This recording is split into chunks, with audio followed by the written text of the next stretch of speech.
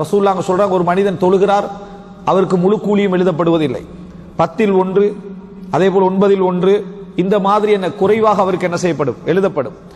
இந்த ஏற்றுக்கொள்ளப்பட்ட அதே நேரம் அமல் கூலிகள் குறைய கூட இருக்கக்கூடிய அந்த அமல்களில் இருந்துதான் புறம் பேசியவருக்கு எடுத்துக் கொடுக்கப்படும். எடுத்துக் கொடுக்கப்படுவது நிராகரிக்கப்பட்ட அமல்கள் இருந்தல்லையே, அங்கீகரிக்கப்பட்ட அமல்களில் இருந்துதான் எடுத்துக் கொடுக்கப்படும். இப்ப பாருங்க, அங்கீகரிக்கப்படாத அமல்கள் இருக்கும், அங்கீகரிக்கப்பட்ட அமல்களிலே கூலிகள் குறைந்து கூடுதலாக என்ன செய்யும் இருக்கும். அடுத்தவரை போல் தொழுதிருப்போம், அடுத்தவரை போல் நோன்பு பிடித்திருப்போம், அடுத்தவரை போல் ஜக்காத்து கொடுத்திருப்போம், ஹஜ் செஞ்சிருப்போம்.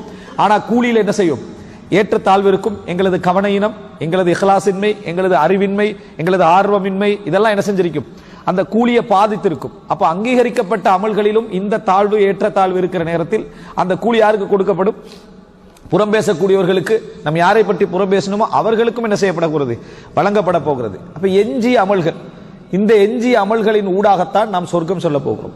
இதுல இன்னொரு முக்கியமான பகுதி, அல்லாஹு தஆலா சொர்க்கம் நரகத்தை எப்படி தீர்மானிக்கிறார் என்றால், அவர் செய்த பாவமே செய்யாத மனிதர்கள் இந்த உலகத்திலே யாரும் இல்லை. பாவத்துடைய அளவு அவர்களது ஈமானுடைய தரத்துக்கு ஏற்ப கூடி குறையலாம், அவரது ஈமானது தரத்துக்கு ஏற்ப கூடி குறையலாம். இவர் நாளை மறுமையிலே தன் செய்த பாவங்களை விட நன்மைகளால் அதிகமானவராக இருந்தால், அமல்களால் அதிகமானவர் அல்ல, நன்மைகளால் அதிகமானவராக அவர் இருந்தால், அமல்கள் அதிகமாக இருக்கலாம், நான் சொன்ன மாதிரி கூலி என்ன செஞ்சிருக்கும், குறைந்திருக்கும்.